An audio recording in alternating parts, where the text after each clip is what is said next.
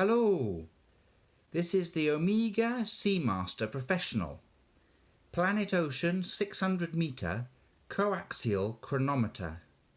A diver's watch from Omega, one of the top Swiss brands, as you I'm sure are aware. And this is the 37.5mm version. This isn't currently available. The version of this that is available is 42mm, something like that. A big watch. This is much more modest. I'll show you it on my wrist in a little while. So I'm not an Omega expert by any means, and as regular viewers will know, the point of my videos is not to be become an expert by watching them and learning all the facts and figures. I mean, if you're like me, you'll be going through the internet looking for all the facts and figures and details and opinions and views and so on. But the point of my videos is to have a little look at the watch. So you can see it in 3 dimensions, we can have a look at it together, you can see the second hand ticking away, and I'll point out the interesting bits as we go around it. So if that's for you, let's get cracking. So I'll start off with the dimensions because that is interesting, I think, because it's quite small, 37.5mm, which these days is quite modest. However, that's what the old watches, the old divers' watches used to be like, and that's kind of how I prefer it. So I'm just going to show you on my wrist. So I've got a 7.5 inch wrist, and personally that's a great size. Now this isn't my watch, I've just borrowed this watch, so it doesn't really matter if it looks good on my wrist or not. However, that is how I would wear a watch, that sort of size. Let's have a go around the watch and point out some of the details. We've got unidirectional bezel, lovely firm action, nice click. I'm just going to put it back to 12 and it lines up perfectly. Good. The font, the insert is, I forgot what it's called. It's not aluminium, it's the other one. Ceramic. Apparently it's liquid ceramic.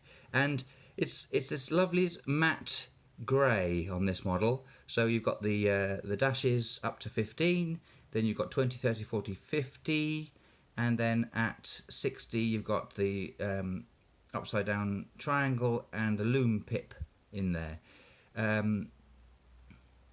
That's all good, isn't it? It's a nice bezel. The font is interesting, isn't it? It's definitely a modern font, slightly stretched. Anyway, let's get down to the dial. The dial, so we've got the 12 at 12, the date at 3, then 6 and 9. Now those are metal applied writing, numbers, and they're quite reflective. Can you see they sort of reflect? I mean, they're very, very highly polished. Then the indices themselves are huge, great big. They're not rectangles. They're ever so slightly rhomboid. Is that? Anyway, so silver lined. You can see the shiny reflection around the edges of the indices, and then absolutely filled with lume. And they're quite proud. I don't know if you can see that. They're quite thick, so they stand proud of the dial. Then you've got these hands, again silver lined and filled with lume, and the second hand sweeping lovely away there. The tip, the very, very tip, red, and then just beneath that the lume filled, and again that's silver lined. Superb handset. Now just talking about the second hand, you can see it reaches all the way out to within a millimetre of the edge of the dial. Can you see? So really catching the edges of the minute track there, and just overlapping slightly the minute hand. So the minute hand again reaches far out, and the second hand just reaches beyond that. Then the hour hand, little stubby version of the minute hand, and that goes round the inside of the indices, doesn't reach or touch any, or overlap any of those. The logo, the Omega logo, so that's a metal shiny polished thing applied to the dial. Then after that, beneath that, it's printed. So we've got Omega in white, Seamaster, the lovely Seamaster font in red, then capitals white Professional, then down below coaxial chronometer 600 meter dash 2000 feet, and right at the bottom Swiss made. So that's the dial. We just skipped past the date, a tiny little date window at 3 with a white on black date wheel. Let's just get the minute hand out of the way so we can have a good look at the date. Okay, so there we go. So it's tiny. It's almost insignificant. It's not framed, as you can see. Very small, but you know, still there, kind of useful. Just before we keep going, chronometer. So this is a COSC certified diver's watch. And what is COSC? So COSC, C-O-S-C, is Contrôle officiel suisse des chronomètres. So Omega submits their watches to these tests, and there's a whole range of tests that it undergoes to be able to call itself COSC. And that means that it can keep very good time in a variety of different environments and situations, which is fantastic. However, that's only really counts once it's sort of left the factory and in the first year or so. You know, that accuracy, that COSC quality won't last forever. In 20 years' time, it will just be as accurate as any other watch, I imagine. But anyway, that's just my personal opinion. This watch runs at about 1 to 1.5 seconds fast a day, which is superb. And I should say, shouldn't I, that it's in there is the Omega 8520 coaxial movement, so an in-house movement. We'll have a look at that in a sec because... Well, we'll have a look at that in a sec. So, sapphire crystal, ever so slightly domed, very anti-reflective. I mean, there's nothing, you can't really notice the crystal, which is great. Helium valve up here, HE for helium, up at the 10.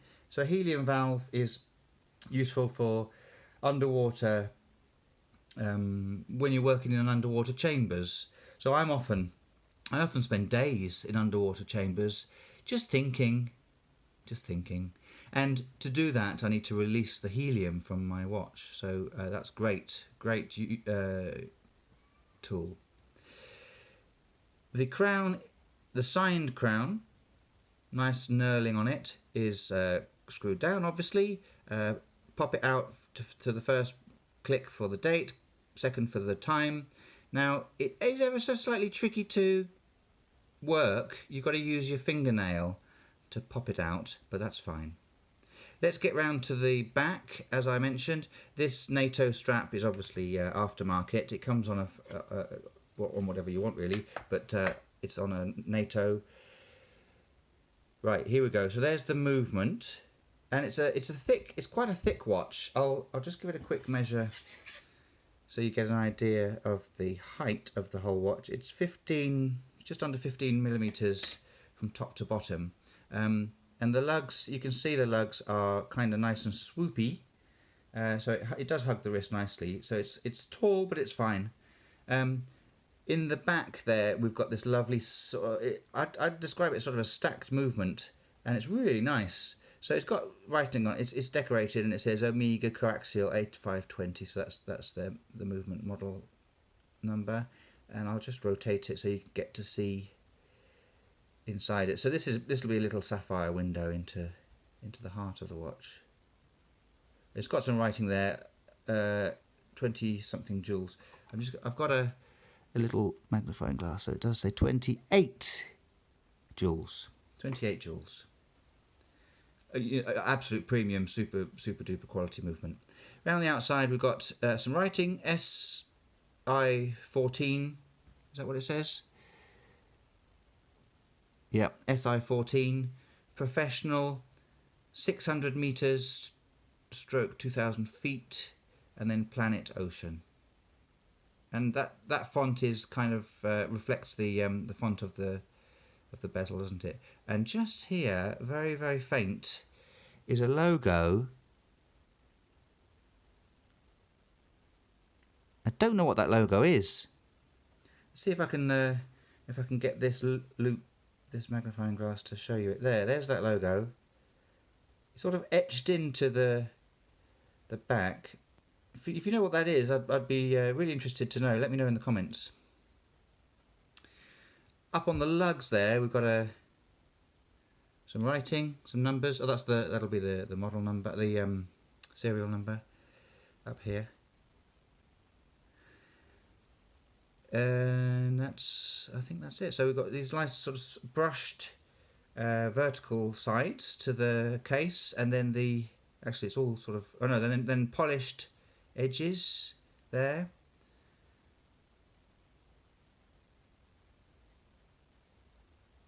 Right, I'm going to put it back on its strap. The eagle-eyed amongst you will have noticed that it was just on upside down before, but no worries. So that's it for the Omega Seamaster Planet Ocean 600 meter coaxial chronometer helium valve sapphire diamond diving watch. Except for the Lume. Now the Lume is really cracking, and I fear I'm not going to be able to show you because, as regular viewers will know, I don't have shutters on my windows, but I'm going to try. So I'm just going to turn all the lights off. I'm still here. I'm going to charge this up on my bright light, and then let's see if we can see some of it. Ah, damn it. That's really annoying, because the reason I wanted to show you is the Lume is absolutely superb. There's no doubt, no questioning the quality of the Lume. But the interesting thing is that they have different colours. Yeah, you can kind of make it out. There you go. You're going to have to really spot it. So the minute hand is green Lume, the hour hand is blue Lume. So that's really kind of useful, I think. And the rest of it glows super duper. Sorry about that. I really need to organise myself so I can show you Lume better. But you get the idea. Cracking Lume all over, and a different colour for the minute and hour hand, making it easy to differentiate in the dark. That's it. Thanks very much for watching. Please subscribe for more watch videos. I do knife videos and EDC videos too. If you have any comments, I'd love to join in a discussion with you about this watch. Do remember, this isn't my watch and I'm not an expert. I was just showing you around, okay? And click like. Don't click dislike. Again, I think that does something to your bank balance if you click it. So just leave that one alone. Thanks very much for watching. I'll see you soon.